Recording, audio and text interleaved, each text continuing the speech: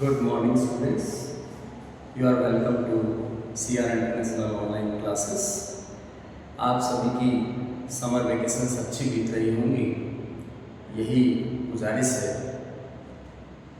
सभी बच्चों को अब ऑनलाइन क्लासेस के माध्यम से हम रिवीजन टॉपिक पे कवर करना चाहते हैं। तो इसके अंदर सबसे पहले आपका चैप्टर 1 हिस्ट्री 12th क्लास इसकी स्टार्टिंग होती है। तो हमारा चैप्टर 1 जैसे कि आप सभी पढ़ चुके हो क्लासरूम के अंदर, तो उसमें जो मेन टॉपिक है उनका सभी का रिवीजन आपकी क्लास में हो रहा है। सभी बच्चे ध्यान से देखिए सबसे फर्स्ट टॉपिक आपका जैसे चैप्टर नेम है bricks beads and bonds. Bricks beads and bond, ईंटें, मनके और अस्थियां। जैसे कि हम सभी जानते हैं इंडस वैली सिविलाइजेशन का जो आगाज हुआ है या उसको डिस्कवर किया गया है हमारे देश के दो विद्वानों के द्वारा, दयाराम साहनी और राखलदास बनर्जी।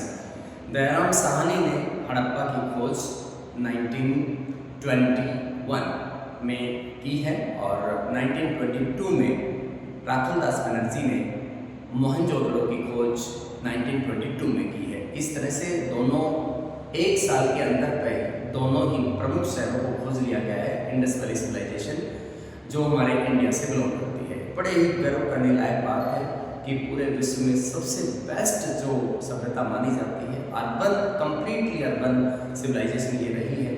तो जैसा कि इसका नाम इंडस वैली सिविलाइजेशन है, यह इंडस नदी के आसपास कुछ प्लेसेस पर ये बसी हुई है। तो यहाँ पर इसके कुछ जो भी सोर्सेज निकल रहे हैं सोर्सेज के माध्यम से हमें पता चलता है कि वे क्या क्या चीज़ें इससे संबंधित रही है। तो इंडस वैली सिविलाइजेशन का जो एग्जैक्ट टाइमिंग रहा है वो 2600 BCE से लेकर 1900 BCE तक का रहा। तो ये वो टाइम है जिस समय ये सभ्यता एग्जिस्ट करती थी। ईसा पूर्व 2600 BCE और 1900 BCE इस दौरान ये सिविलाइजेशन एग्जिस्ट करती थी। तो उससे आज हम जब घूमते हैं तो पूरे वर्ल्ड में इसके कॉम्पिटिटर में कहीं भी कंपैरेटिवली दूसरी कोई सिविलाइजेशन इतनी डेवलप अवस्था में नहीं मिलती है। इससे आगे हम चलते हैं, इसमें बहुत अच्छी चीज़ें पढ़ने को मिलेंगी। Subsistence strategies. सबसिस्टेंस स्ट्रेटजीज क्या कहती हैं कि ये लोग गुजारा कैसे करते थे। तो मुख्य रूप से एग्रीकल्चर करते थे, पशुपालन करते थे। ये इनका दो जो व्यवसाय हैं प्रमुख रूप से वो होते थे इनके। तो एग्रीकल्चर में ये बहुत प्रकार की फसलें उगाते थे, जैसे चारे की फसलें भी होती थी, अनाज भी, तिलहन भी, इस तरह की फसलें ये उगाते थे। तो इसमें जैसे इनका जौ का है, चना है, तिल है, इस तरह की फसलें ये लोग उगाते थे। तो ये अपने आप में आत्मनिर्भर थे, खेती बहुत अच्छी तरह से करना जानते थे। कपास के विषय में भी इनको बहुत अच्छी नॉलेज थी। कपास की खेती जैसे कि हम सभी जानते हैं कि इंडस वैली सिविलाइजेशन ने ही पूरे विश्व को एक इस नई फसल के बारे में जानकारी दी है। अब इससे आगे चलते हैं बेटा सबसिस्टेंस स्ट्रेटजीज के अंदर पशु क्यों पाले जाते थे। पशुओं को पालने की कई वजह थी, जैसे एक तो दूध है, दही है, मक्खन है, इस चीज़ को प्राप्त करने के लिए, मांस वगैरह की प्राप्ति के लिए भी, जैसा कि पता चलता है कि कुछ एविडेंसेस ऐसे भी हैं कि वो मांस का भी सेवन किया करते थे।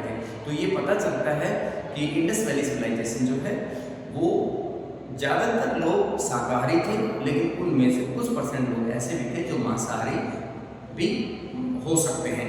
ऐसे इतिहासकार ने इसके बारे में प्रूफ पेश किए, क्योंकि कुछ जानवरों के अवशेष हमें मिलते हैं, जंगली जानवरों के अवशेष, और कुछ पालतू जानवरों के अवशेष हमें मिलते हैं, जिससे पता चलता है कि सबसिस्टेंस स्ट्रेटजीज में कि खेती के साथ साथ ये लोग पशुपालन पे बहुत अच्छा ध्यान देते थे। इससे आगे चलते हैं बेटा Mohenjodaro urban plan centre. Mohenjodaro urban plan centre कैसे, क्योंकि यहाँ की बसावट व्यवस्था जो है बहुत ही शानदार रही है।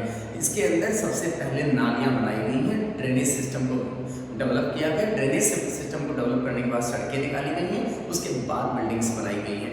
हर शहर में एक व्यवस्था होती है कि जितनी भी नालियाँ बनी हुई हैं, नालियों के साथ में घरों को अटैच किया गया है। घर का पानी उस नाली के माध्यम से बाहर निकलता है और इस प्रकार से हम देखते हैं कि बहुत ही एक शानदार जो सभ्यता का इसमें हम परिचय पाते हैं। इस सभ्यता में हमें मोहनजोदड़ो अर्बन प्लान सेंटर में हमें कई चीज़ों के बारे में हमें पढ़ने को मिलता है। जैसे कि यहाँ पर एक तो पासआउट व्यवस्था बहुत अच्छी रही। इनके यहाँ पे प्राइवेसी का बहुत ख्याल रखा जाता था कि जो ग्राउंड फ्लोर है उस पर कोई खिड़कियाँ वगैरह नहीं होती थी, ताकि बाहर से कहीं भी अवलोकन आंगन का ना हो सके, अंदर घर में क्या चल रहा है उस चीज़ के बारे में किसी को ना पता चल सके। और जो फर्स्ट फ्लोर है, सेकंड फ्लोर है, वहाँ की जो इमारतें हैं उसके अंदर दूसरी तीसरी मंजिल पर खिड़कियाँ भी मिलती हैं, जिससे पता चलता है कि प्राइवेसी को बहुत अच्छा महत्व देते थे। इसके अलावा क्राफ्ट प्रोडक्शन भी बहुत शानदार था। इनके यहाँ पे बहुत ज़्यादा मन के मालाएँ जगह जगह लोथल, रंगपुर, हड़प्पा, मोहनजोदड़ो, इन सभी प्लेसेस पर कच्चे माल के अवशेष भी मिलते हैं और जो तैयार माल है उसके बचे हुए अवशेष भी मिलते हैं। इससे पता चलता है कि बहुत ज़्यादा मात्रा में जो इसमें मोहनजोदड़ो में क्राफ्ट प्रोडक्शन पे बहुत ज़्यादा ध्यान दिया जाता था।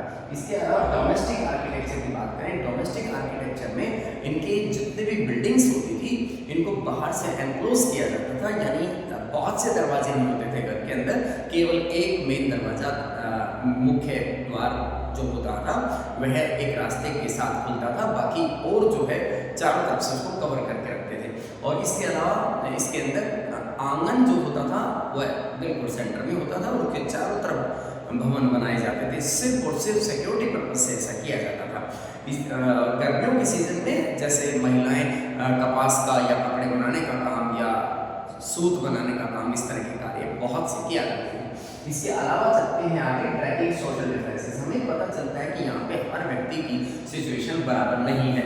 कुछ सिचुएशन ऐसी भी रही है जिसमें ये पता चलता है कि कुछ लोग अमीर भी थे, कुछ लोग गरीब भी थे, क्योंकि सामाजिक जो असमानता है वो समाज में बहुत समय से चली आ रही है। तो यहाँ भी कुछ इस तरह के एविडेंसेस हमें मिलते हैं। जैसे कब्र की खुदाई करते हैं तो कब्र की खुदाई से पता चलता है कि कुछ जो कब्र हैं उनके साथ तो कीमती वस्तुओं को दफन किया गया था और कुछ कब्र ऐसी हैं जिनके अंदर बहुत ज़्यादा बेशकीमती चीज़ें नहीं रखी गई हैं, केवल मटके, मन के, इस तरह की नॉर्मल वस्तुएं रखी गई हैं, जिससे पता चलता है कि वो किसी सामान्य व्यक्ति की कब्र है। और जिसके अंदर विशिष्ट और कीमती चीज़ें रखी जाती हैं, दुर्लभ चीज़ें रखी जाती हैं, उससे पता चलता है कि वो लोग विशिष्ट समुदाय से बिलोंग करते होंगे।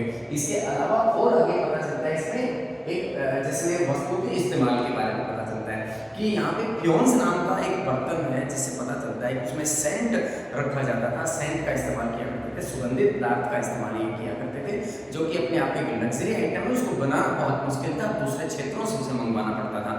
इसके अलावा जो ओमान से या डिफरेंट प्लेसेस से कुछ जैसे यहाँ पे पता चलता है कि दर्पण में मिलता है और दर्पण लोग जैसे आईने का यूज़ करते हैं उस तरह से आईने के रूप में इस्तेमाल उस समय करते थे। इसके अलावा बेटा जो है स्ट्रेटजिक प्रोक्योरिंग मटेरियल, ये सारी वस्तुएं जो वस्तु सिंधु घाटी सभ्यता के क्षेत्र में नहीं मिल रही है तो उनको बाहर के क्षेत्रों से मंगवाना पड़ता था।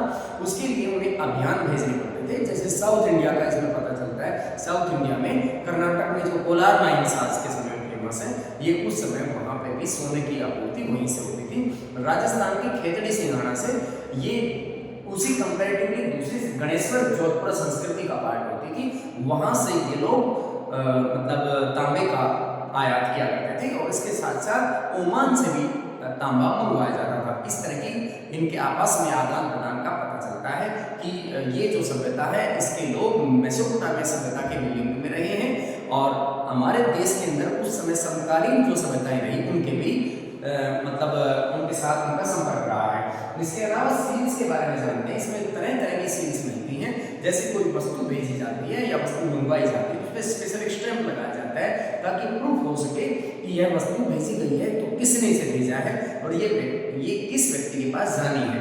तो इस तरह से उसका एक सुरक्षात्मक एक एविडेंस भी पता चलता है कि अगर स्टैंप के साथ किसी तरह की छेड़खानी नहीं हुई है तो उसका मतलब है वो माल सुरक्षित है।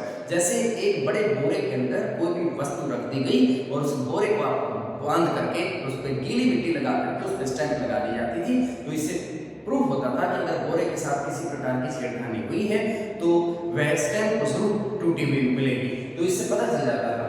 स्क्रिप्ट के बारे में पता चलता है कि यहाँ पे एनिग्मेटिक स्क्रिप्ट मिलती है, रहस्यमय लिपि है, जो कि जैसे आमतौर पर हम बाएं से दाएं की तरफ लिखते हैं, लेकिन ये यहाँ पे दाएं से बाएं की तरफ लिखी जाती थी पता कैसे चलता है? पता इस बात से चलता है कि ये जब हमारे आर्कियोलॉजिस्ट इसको पढ़ते हैं, हमारे हिस्टोरियंस इसको पढ़ते हैं, तो उसमें पता चला है कि जिधर से लिखना स्टार्ट हुआ उस तरफ तो प्रॉपर स्पेस था, लेकिन जिस तरफ उसका यानी कंप्लीट पेज हो रहा है उस साइड में बहुत ही कम स्पेस बचा है, जिससे पता चलता है कि वहाँ पे जो लिखावट है वह दाहिनी तरफ से शुरू की गई और बाएं तरफ उनके पास हाशिया नहीं बचा। तो इस तरह से सिंधु घाटी सभ्यता की बहुत सी विशेषताओं के बारे में हमने जाना है और इस प्रकार ये टॉपिक आपका कंप्लीट होता है। Thank you.